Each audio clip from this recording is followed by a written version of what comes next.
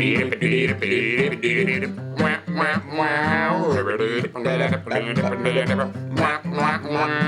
the first test directly compared the exact same camera movement, there was both dolly and handheld, and the exact same composition, exact same edit between screen and head-mounted displays. Because I've read that the two things that audiences really struggle with in VR is close proximity and camera shake. But when I make a short narrative film, I almost always go inside the scene with a handheld camera really close to the characters and inside their personal space. And that's how I create a lot of the emotion. So I need to see for myself where the breaking point is for head-mounted displays, because if it doesn't work, I need to find another way. So I built a custom camera rig, and the camera on the bottom I'm composing for screen, and the one on top is capturing the same, but one standard focal length wider. Which wasn't enough when we got to the edit. I had this idea that I could have black bars around for the VR 180 film plane, but when I had two people speaking, your eyes are moving back and forth and you became aware of the edges of frame.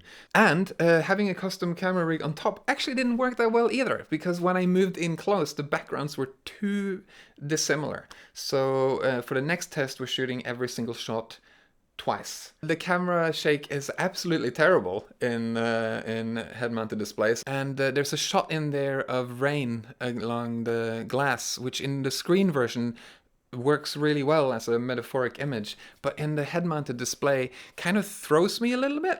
When you fill people's full field of view, do they expect something to look more real?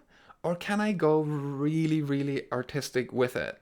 Or do we need the frame of a film to lean into the artistic side of it? This is still in cycle 1, so this same short film is made exactly the same for both screen and head-mounted display, apart from the fact that we're shooting twice as wide field of view.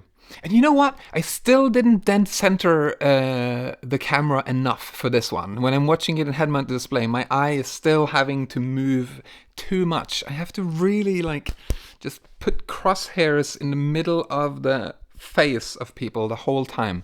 We made a really artsy short film where it's not trying to be reality at all, because the photoplay tells us the human story by overcoming the forms of the outer world, namely space, time, and causality, and adjusting the events to form the inner world, namely attention, memory, imagination, and emotion. These imaginary images come to mean something that is psychologically significant, and this is because these fantasy images represent the quintessence of psychological reality.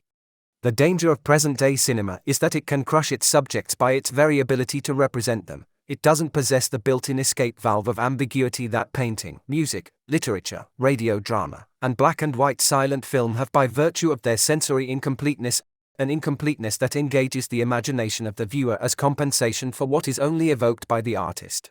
Thus the responsibility of filmmakers is to find ways within that completeness to refrain from achieving it. So the idea is to go as far away from reality in virtual reality as we could. So to that effect, there is extreme close-ups trying to break people's problem with intimacy proximity in virtual reality. There is stop motion animation where we're taking 2 photos per second and then having people act in that. And it worked a lot better than I thought it would, actually. I quite enjoyed that. I'm going to reuse that in another one. I shot some footage with a 16mm camera and with a digital camera, and then had the film developed, and then copied the grade from the 16mm camera over to the digital camera and used that for this short film, so that it's as far removed from clean digital sensors as possible. This is basically just a montage of images where you have to put 2 and 2 together and come up with a story in your own head. In the formalist view, the essence of cinema is not to show reality, but to create meaning through a new language. We made another short film. This one was really designed to test camera movement. So the whole thing is shot handheld, and there are shots where I walk across the room. Like, this shot is fucking awesome, but I'm pretty sure that when people watch it on head-mounted displays, they're going to be close to throwing up, especially when they see this shot at the end.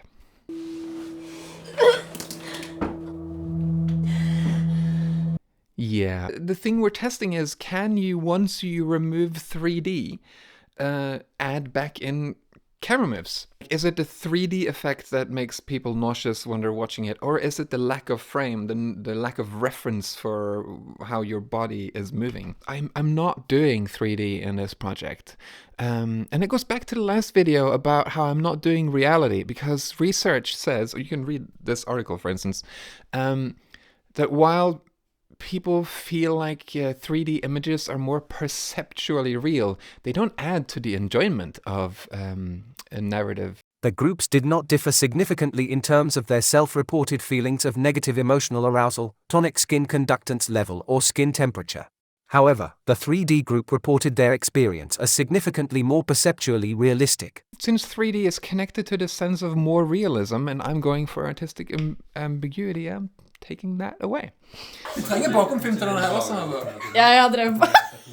I used the first 3 films to make like a rules for how to shoot these things. I knew about the proximity, but I needed to see it for myself. I knew about the handheld, but I needed to feel it for myself. The things that were kind of new to me in this process is that we got to the point where I was like, okay, how much space do I need? How much peripheral view do I actually need for this to work in a head-mounted display? And the discovery was, if you use a rule of thirds grid and you frame everything in the center ninth, let me try to do that in here, and that contains the image you want people to watch, then it works, as long as you remove any and all distractions from the other squares. You have to dead center something the whole time. As soon as they walk out of frame, you try to follow them. So people walking in and out of frame is not good. I made 2. One of them is 2 people sitting around at a table. I actually didn't make it alone. I said to one of my students that, I think the only thing that's going to work is 2 people sitting around a table talking. She said, I have a script like that. It's the first short film that we've made that actually works in head-mounted display.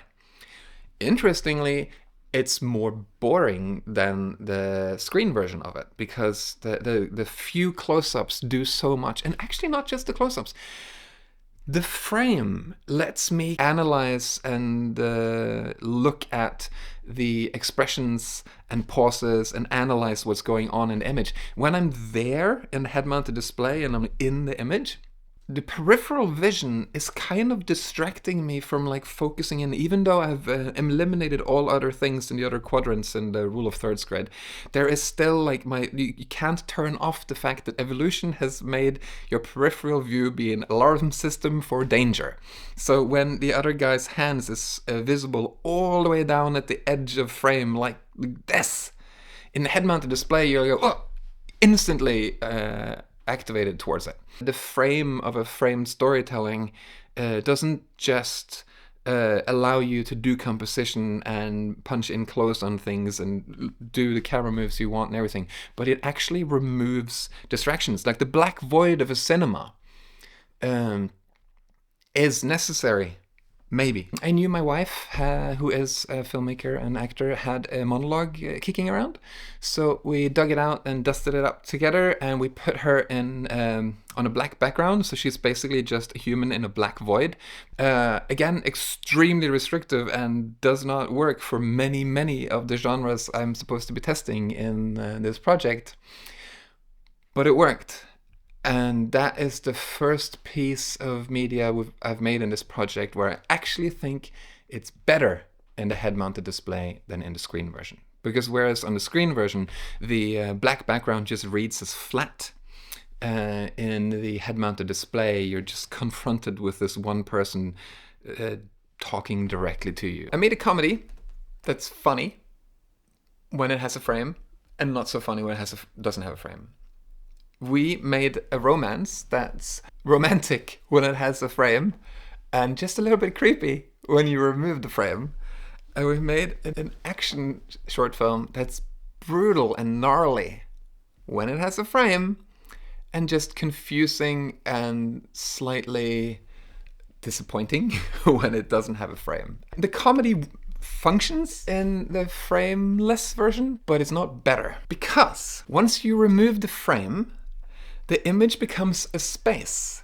An image can be read, a space is merely inhabited and cannot be used as a storytelling device the way a sequence of images can. More image does not mean more emotion. A narrative implies a storyteller. A storyteller has a point of view. That's where the whole, composition, camera, movement, angle, editing, all of that is storytelling devices. In the romantic scene, there is a scene where two people kiss.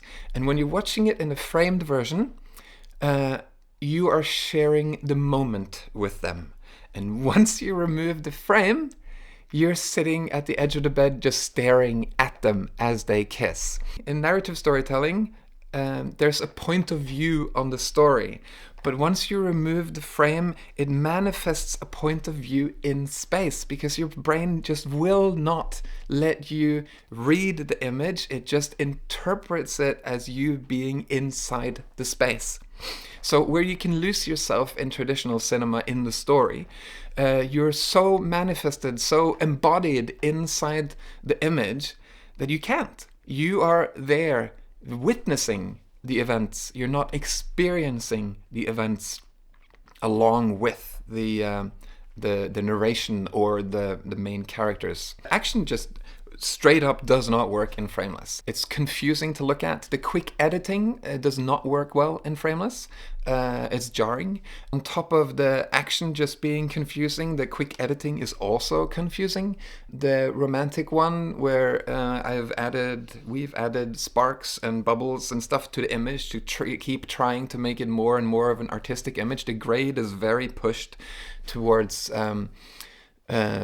not reality, and the lighting is very pink, and like all of this is just rejected by your brain. And I even went back to the funny one, the argument between the girls, and regraded it for frameless, so it is neutral as possible, and then you accept it more.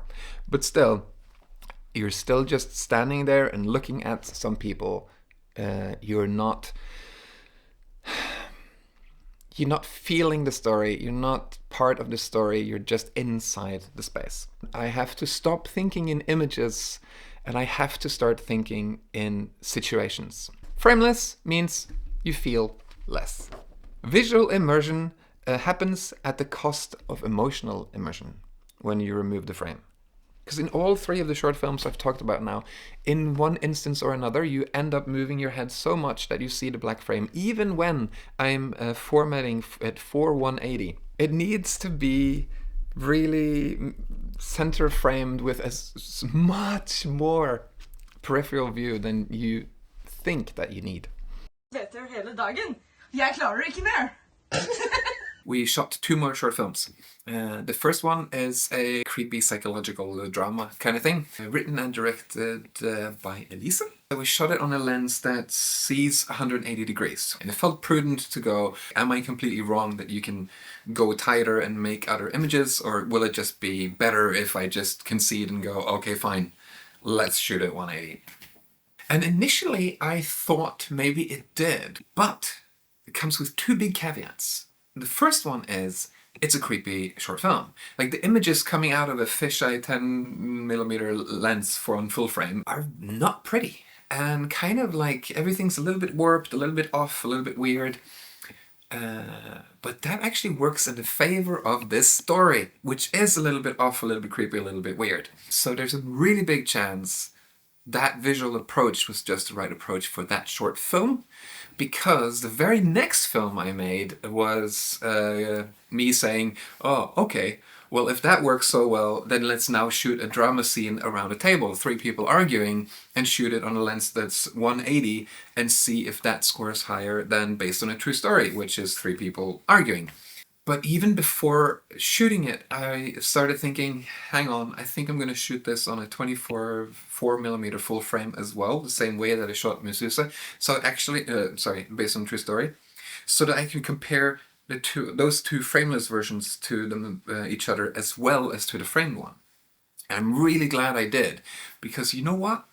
The 180-degree version of 3 people sitting around a table arguing, is not good. There, the warpy nature of the lens doesn't lean into the melodrama of people. The 24mm frameless one gives me, well, it doesn't give me close-ups, but it gets me closer so you can read people's expressions. The screen version, in my opinion, is still the best version because you do have the close-ups where you go all the way. But if you are going to go frameless, three people talking, the 24mm is the best compromise, because 10mm just makes it feel like I'm sitting at the other side of the table, not emotionally engaging. In the creepy film, the other caveat as to why that one works is because we actually removed an element of the story to make it work. There were several shots that just weren't working because we were trying to do visual storytelling. But again, when there is no frame, you can't read the image, you're just sitting inside it. And on top of that, we were so conscious of how this was going to work framelessly as we were designing the shots that I actually think we maybe didn't shoot the best possible version of the frame version. Oops. I've tested 5 short films. 40 people have seen it, having them fill out this questionnaire that's currently in front of you. 20 of the people saw the frameless version first and then the cinema version, and 20 people saw the cinema version first and then the frameless version, because at the bottom of the questionnaire I have the question, which did you prefer? Across the board, there's only one single time that either enjoyment of the story, enjoyment of the viewing experience, enjoyment of emotional immersion was higher in frameless, and that was enjoyment of the story in one single film. Apart from that, all of the films score significantly higher in cinema. The one that does score the highest, it just suits the medium quite a lot. There's a kind of an uncanny valley effect to watch something that pretends to be real, and the mood of the piece is unnerving, uncanny. The second highest scoring film in frameless is Stay, which is very artistic and abstracted and shooting on very long lenses. So we made another short film. When I say we, I actually need to say one of my mentees, which you've heard about before, Michelle Collins, photo here, wrote and directed a short film starring Tiril, who you've also seen many times. We shot it on the fisheye 10mm lens for full frame, which shoots 180 degrees. We also shot it frameless on 50mm, the same way that we shot Stay, the second highest scoring frameless short film, and we shot it for cinema.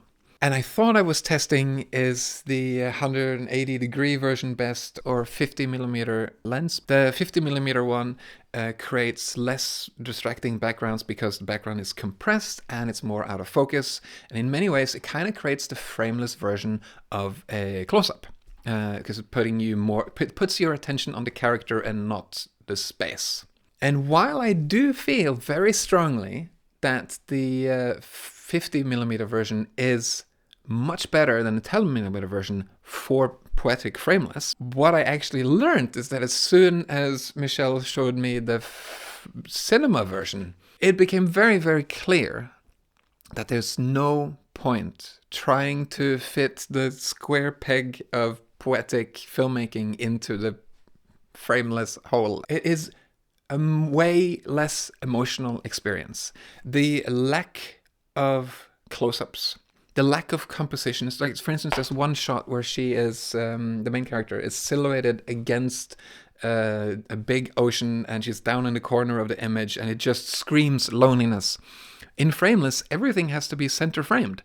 So you just cannot tell stories through compositions. You cannot put emphasis on her face or her mouth screaming through a close-up.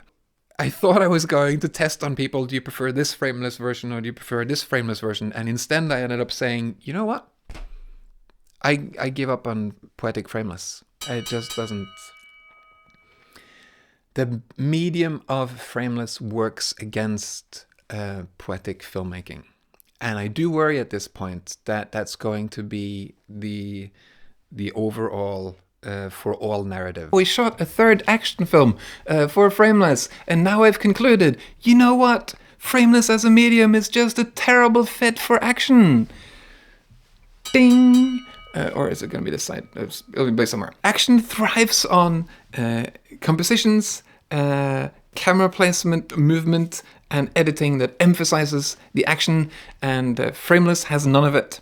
And this one was shooting on a 180 lens, which gives you more geography and leads to slower edits. And while that might benefit the viewing experience of Frameless for some genres, it just makes action really boring and kind of comedic, kind of silly. In the frame version, I could edit together a piece that's about a girl trying to save the life of her boyfriend from another bad guy. And the music choice, which I'm really happy with, reflects her love instead of the kicking punchy of the thing. But the frameless version, it's about a room that some stuff happens in, and there's no close-ups of her face and how her looks and her disappointment and love and fight and refusing to give up. So it just becomes comical. And the music choice, which seems so poignant and poetic almost in the cinema version, just comes out of nowhere in the frameless version. And we even shot it twice for frameless because I have gotten hold of a 360 camera, so we plunked that in the middle and did a couple of takes with that as well. And we had choreographed the action so it worked both for cinema and for frameless and for 360, so that when somebody's kicking someone in the face, it looks like they actually hit. All of that worked out. But what doesn't work out is that, you know, the low light capability of the 360 camera is such that I had to tear down the black fabric on all the windows, destroying the mood that comes with the dark images that I've lit quite orange and color graded really quite golden, because I feel like that lends an emotion to the piece itself. The 360 one being relying on ambient light from outside is just a IKEA catalog gone wrong, and I need a lav mic on everybody because you can't get a microphone in there somewhere, and the sound from that camera is terrible. Frameless as a medium just leads to less engaging versions of the screen counterpart of a narrative. The narrative itself is actually changed. Like, the story doesn't become a girl fights to save her boyfriend. It becomes a room and somebody comes in and somebody else comes in and somebody else comes in, and it's like it's not the same story. The language of film creates the story, not the script and the acting ? Because the exact same actors and script and acting shot on a wide-angle lens in a one take is unengaging, but shot using the language of film, going in quite close, emphasizing her perspective on the story, emphasizing her struggle through the story, is a different story. I tested the two short films I talked about in the two previous films. Test results agree with me. The frameless versions both suck ass. Interestingly, the action film is the lowest scoring frameless short film we've ever made, and the second highest scoring cinema one, really proving the point that emotional engagement comes from how you shoot something, not what you're shooting. And I do intend to play around with that idea more and like try to come up with like a new equivalent of show don't tell that is emotion, not information. I've had lined up 3 ideas for 360 short films, and I've cancelled all 3 of them. We filmed a table read for the idea of a film inside a car. We shot it from 2 different places, stuck it on a head-mounted display, looked at it and went, this is just the ultimate wide shot of no emotional engagement and so objective. I went to re-up my pyrotechnic license, so I brought the 360 camera and put it 5 meters away from an explosion, and we're standing 25 meters away as we're pressing, and we're all like, whoa, that was a good one, that was big, we could feel it all the way here. But in 360 it's just like, because you have all this image And percentage-wise, it's just such a small blip in the image. When you don't have a frame that says this sentence is important right now, this image is important right now, it has no impact. I've just cancelled all three and gone, that's the wrong direction to go. Huge changes happened as soon as I let go of the idea of comparing the two mediums, when I only focus on making what's the best possible frameless experience. Basically, medium-specific short films. Like, the whole idea has to be rooted in what does frameless add to this experience. I created this one shot. I hung up a lot of knives from the ceiling, suspended by black string, and then lit it so you can't really see the string, and then pushed the camera in through the knives. And for the first time, a shot was more emotionally engaging in frameless than in cinema. All of a sudden, the position within the image had more impact emotionally, because there's no looking away. There is no edge of the frame. All of your attention, it has to be locked in on the few things that are there. And since I have not given you a background that distracts you with more information and more that you can attend to, I'm narrowing your focus in on this is the only thing you're allowed to see, and there is no looking away. And for the first time, the shot became not just spatial immersion, but emotional immersion. And I kept making images like this. So there's like a burning heart, there's a guy vomiting black goo, and ironically I'm cutting in some shots here in a screened video, but you have to see it in frameless to get the effect of it, because the images on screen almost looks like clip art. I went ahead and tested it on people instantly, and as you can see by the numbers currently in front of you on the screen, is the first frameless short film. Okay, ignore the part where it says the enjoyment of the story, because there is no story. These are just, it's a very, like one tester said, this is a very artsy-fartsy movie, and it's not my cup of tea, but I felt it.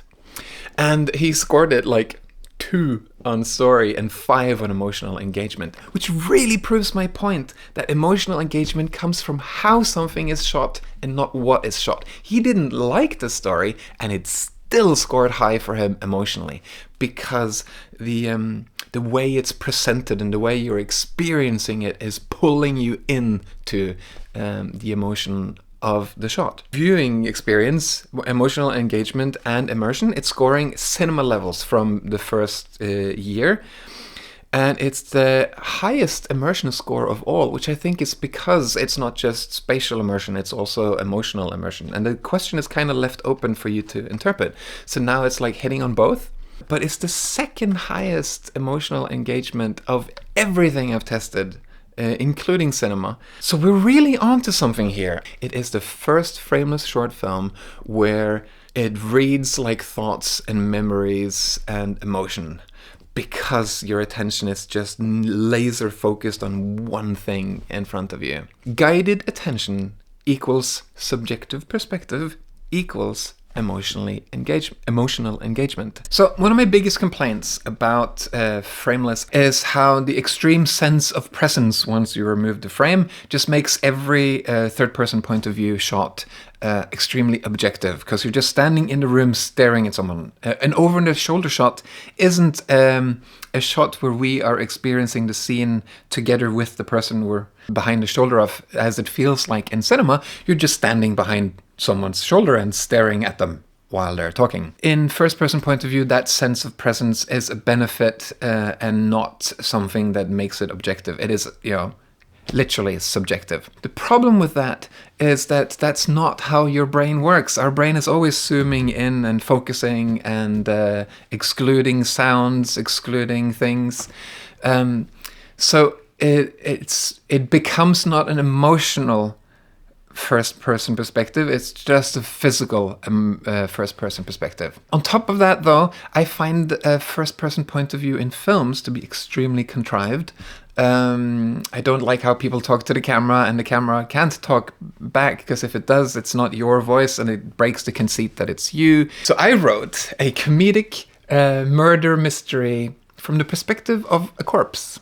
I can show you images on the screen right now, but you have to experience it, because even when I edited the film, because my whole workflow is screen-based, it was like, okay, it's kind of funny. But as soon as you, the viewer, I've tested this film on people laying on the ground, and then they put on glasses and start watching a film shot from the ground in the scene of the crime.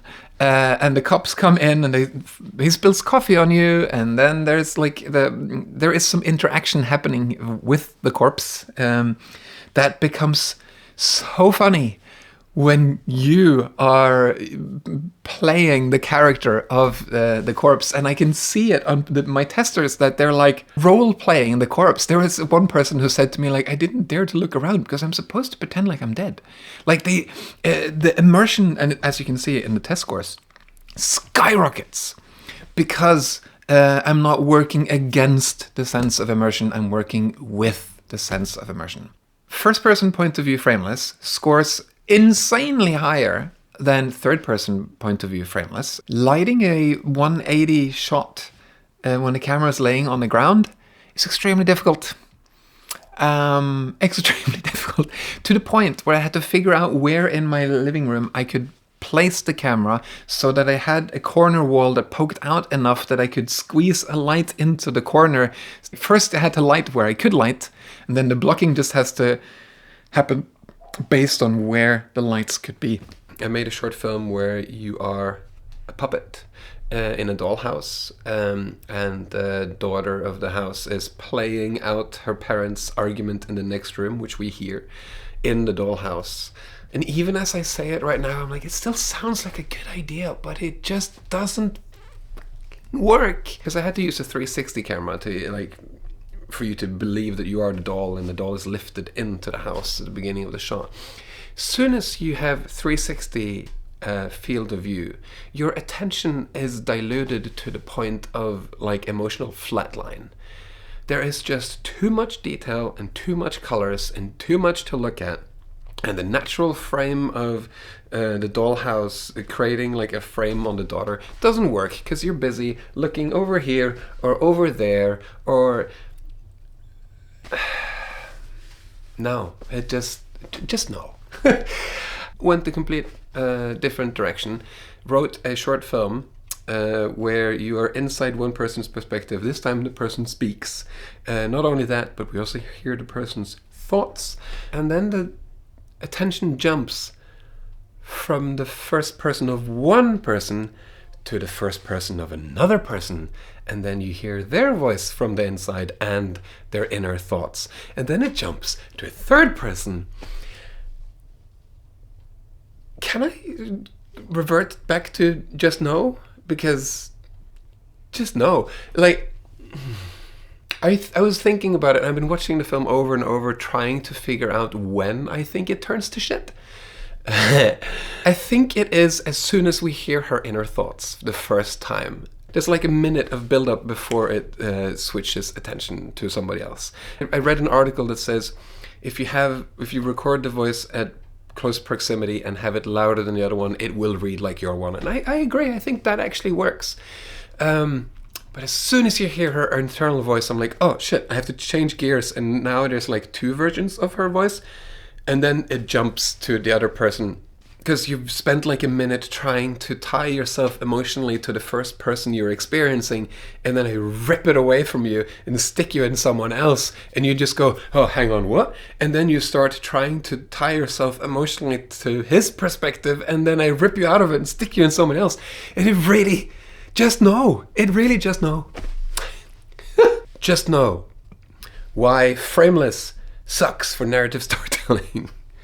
Now I've made 4 short films in the first person frameless. While one of them proved that emotional engagement is in fact not tied to narrative, the other one proved that it is definitely possible to make an emotionally engaging and entertaining Frameless short film. These two has proven that the amount of stories that will work in Frameless is so incredibly narrow that it will never be the future of storytelling as a whole. And I'm losing all hope that Frameless will be good for emotional engagement, and all interest in continuing to beat this dead horse with a stick. I'm not going to choose Frameless filmmaking for any short film going forward.